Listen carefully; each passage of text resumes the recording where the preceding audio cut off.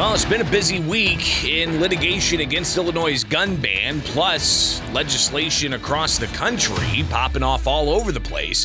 Good morning, I'm Greg Bishop. It is Springfield's Morning News on 92.7 WMAY, Springfield's News and Talk. You can always chime in live and local at 217-629-7970. That's the phone number. You call in, I patch you through, we put you onto the board, and you are on the air. So that's how it works. You can also email bishoponair@gmail.com, or you can find me on social media. Just search everywhere for Bishop on Air. Gosh, this new seat that we got here in the studio, I don't think it's holding well. It's not a new seat. It's actually somewhere from around the studio. Either way, let's get into a lot of headlines that we saw throughout the week, including with what happened late last week, and that was with the Illinois Supreme Court denying a motion for recusal in the state-level challenge brought by State Representative Dan Calkins. So we've been tracking this for quite a bit, since it was revealed from a blog post out of Mom at Arms, where they broke down the funding that two Supreme Court justice candidates received in 2022 from Governor J.B. Pritzker. It was also found that you had House Speaker Emanuel Chris Welch give six-figure donations to these justices and their top defendants in the ban challenge that we're seeing in the Illinois Supreme Court. So the motion that was filed by Dan Calkins' attorney essentially said that unreasonably large campaign contributions, plus questions of whether or not the justices campaigned on the issue of restricting access to firearms, that motion was filed, and then 2 weeks later, late Friday last week, you had the Illinois Supreme Court deny that motion for recusal, and both Elizabeth Rochford and the other justice, Mary O'Brien, they as well denied the motion, and the Supreme Court denied the motion for disqualifying them, essentially saying that they didn't have that authority. And just to flash back a bit, we talked with State Representative Brad Halbrook, who had previously asked the Illinois Supreme Court if, quote, these two justices would do the right thing and recuse themselves, which before the ruling ultimately came out last week, the Illinois Supreme Court said that they wouldn't comment on a decision that hasn't been made yet. Here's Brad Halbrook after last Friday's recusal motion was denied, sharing his thoughts with us. The optics doesn't look very good.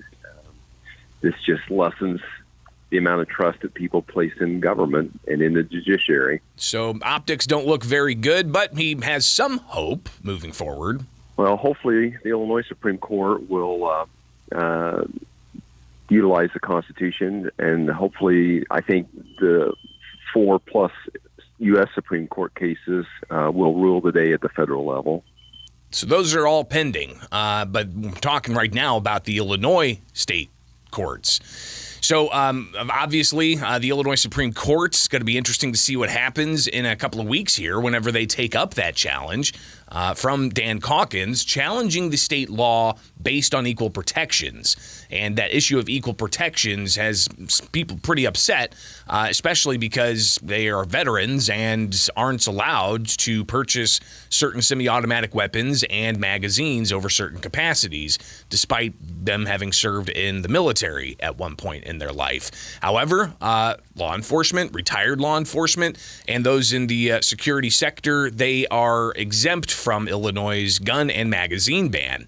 And that's why you have these equal protection challenges in the Illinois Supreme Court, but also in the lower courts as well. And we had another story that popped this week where attorney Thomas DeVore's cases, because you remember, he's got 4 cases in state court.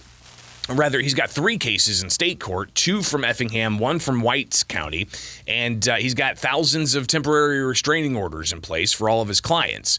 While the state looked to appeal the first round of temporary restraining orders to the Illinois Supreme Court, but then they motioned to hold that, and the Illinois Supreme Court sided with the states earlier this week, holding that appeal pending the outcome of the Calkins case. This is, again, just a kind of an overview of where we're at with all of the cases and what's happened this week in various jurisdictions when it comes to challenges against Illinois' gun and magazine ban. The cases that DeVore has, they continue. He's going to be in front of the lower county courts in Effingham on a motion that he has to get documents from legislative leaders, but also associations like the Illinois Sheriff's Association and the Illinois Association of Chiefs of Police. So he's still going forward with his case. It's just the Illinois Supreme Court is not going to take up the state's appeal of a temporary restraining order until the Calkins case is fully done in the Illinois Supreme Court. Now, how that could impact DeVore's case moving forward, unknown. We don't know that yet, but obviously we'll be watching the state-level challenges rather closely. But you've got other things happening, not just in state court. You've got federal court happenings, and you've got a challenge to Illinois' gun ban in the Northern District from Law Weapons that was brought by Robert Beavis, and he's the owner of Law Weapons.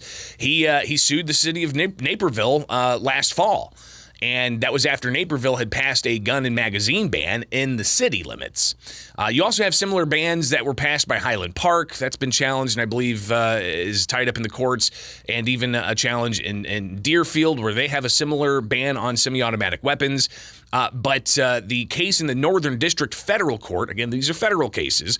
The case in the Northern District, a judge there sided with Naperville and sided with the state because the Law Weapons plaintiffs, they amended their case against Naperville to include the state ban.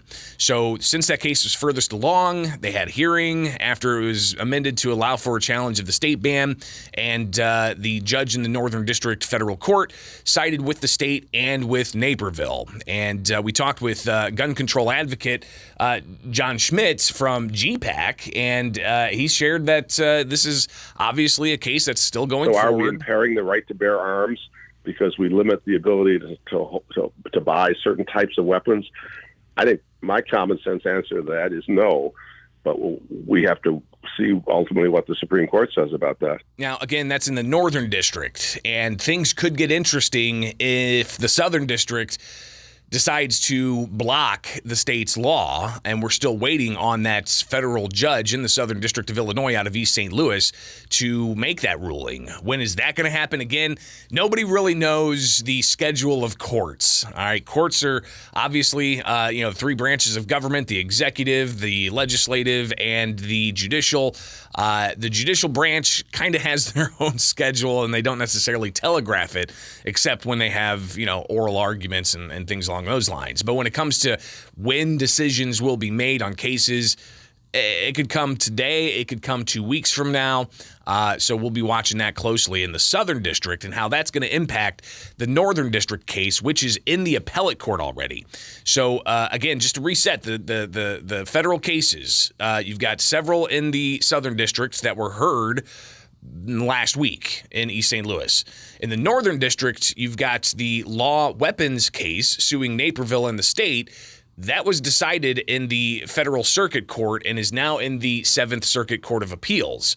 The Seventh Circuit Court of Appeals denied a motion for a preliminary injunction pending appeal. The appeal's still going forward. It's just with the law intact. Again, what happens in the Southern District and how that impacts all of this, John Schmitz saying that even as a gun control advocate, he says things are going to get interesting.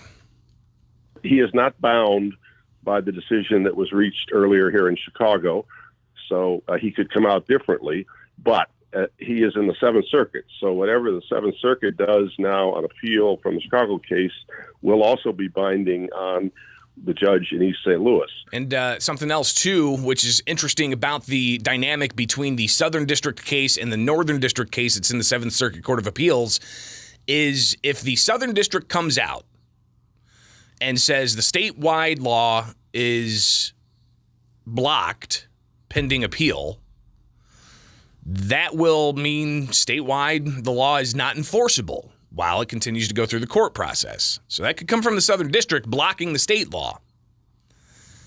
That would not impact Naperville's ban, which is why Hannah Hill, who is with the group representing law weapons, and this is the National Foundation for Gun Rights, Hannah Hill said it's paramount that the Naperville case go the way of law weapons. It doesn't matter at the end of the day what level of government is taking away your rights. If you can't function as a business, you can't function and you're going to lose that business. And that is exactly what the Constitution is in place to prevent. So that's why we're fighting this case. That's why we're fighting for law weapons up in Naperville. And we're very excited to see what the Seventh Circuit's going to do. What are the arguments in the federal court? Keep in mind the state court's looking at the equal protections issues, right? The federal court's looking at the Second Amendment issues, where you've got the well-regulated militia being necessary for the security of a free state. The right of the people to keep and bear arms shall not be infringed. That's what's being used as the basis for challenging Illinois state law and also the Naperville ordinance blocking guns and magazines from being sold or possessed. And the arguments come down to what is considered a lawful weapon under the Second Amendment. John Schmidt from GPAC, he says that recent Supreme Court precedent says that they can regulate dangerous and unusual weapons. Under the Bruin case, you have to defend it historically. And in the Chicago case, Judge Kendall said, in fact, we have a long historical tradition in this country of banning dangerous weapons. But Hannah Hill, she says that's not the case. It's not dangerous or unusual. She says it's dangerous and unusual, and AR-15s are not unusual. The analysis stops there. Full stop. You cannot categorically ban commonly used weapons, and nothing is more commonly used than the AR-15.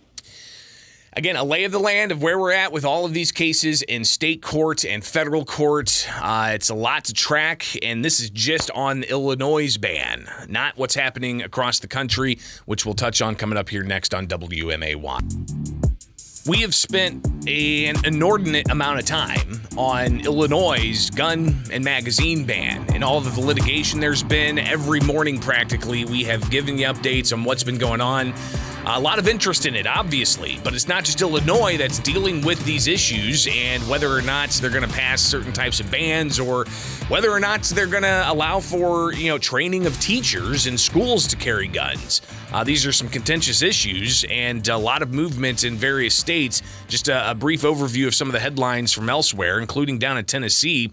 Looks like some gun control proposals are not going to be making it through the Tennessee legislature, with Republicans pushing back against others within their own party that are looking for things like temporary mental health orders of protection, which some people call red flag laws. But even some of the supporters of that down in Tennessee, they say that calling it a red flag law is a flashpoint. And he says it's a toxic political term that draws lines in the sand so nothing gets done. That's according to the reporting here from one of the supporters of this proposal for temporary mental health orders of protection. And obviously, that's an issue that's coming up. Governor Bill Lee down in Tennessee making that statement. He doesn't like the term red flag law, calling it toxic political label. But it looks like Tennessee lawmakers are not going to be advancing that. Will they have some kind of special session down in Tennessee dealing with so-called red flag laws or not? We'll be seeing if that happens. It's just a stone's throw away from Illinois, especially those in the southern part of the state. But lawmakers also passed a bill to further protect gun and ammunition dealers, manufacturers, and sellers against lawsuits. That's another angle to the gun rights discussion that comes up all the time. People want to be able to sue the gun manufacturers for the actions of bad actors. Do we have the same types of efforts to go after vehicle manufacturers when somebody drives a van through a crowd of people at a Christmas parade like we saw in Waukesha? This obviously, or is what Kenosha, Waukesha? For the life of me, I'm totally blanking on where exactly it happened. I know the chat room can help me out with that. But regardless, the idea of holding a company liable for the actions of somebody else misusing their products It's an interesting philosophical and legal question that some people are still trying to test. But down in Tennessee, apparently they're trying to give more protections to gun and ammunition dealers and manufacturers and sellers. In Indiana, the Senate there approved a House bill that will allow for handgun training for teachers, and not just allowing them to train, but also offering up state taxpayer funds to do it. So this actually passed the Indiana Senate a couple of days ago, 42-8, and it's after the National Rifle Association had a convention in Indianapolis. But they said that the measure ultimately allows for 40 hours of operational training to help teachers learn how to defend themselves and their students if needed. And it would be voluntary. It wouldn't be mandated. So if a teacher doesn't feel comfortable having the training to handle a firearm properly and to be able to use it for protection, then they don't have to. But those who do want to, they can actually have the training, the voluntary training, paid for by the state. Meanwhile, in Colorado, doesn't look like they're going to be able to advance a semi-automatic firearm ban. Colorado Democrats actually are the ones that poo-pooed that idea in Colorado. The Democratic-controlled legislature was split on the issue, and really raises the question of the rural and urban parts of any state and the political dynamic that's there. Pretty evident in a place like Illinois, but also apparently evident in a place like Colorado. But this is while you've also got other states like Washington State that did pass a ban on semi-automatic weapons. So a lot of different moving pieces all across the country, even here in Illinois. Hopefully this is a good kind of overview of where we're at in this conversation for the rest of the week.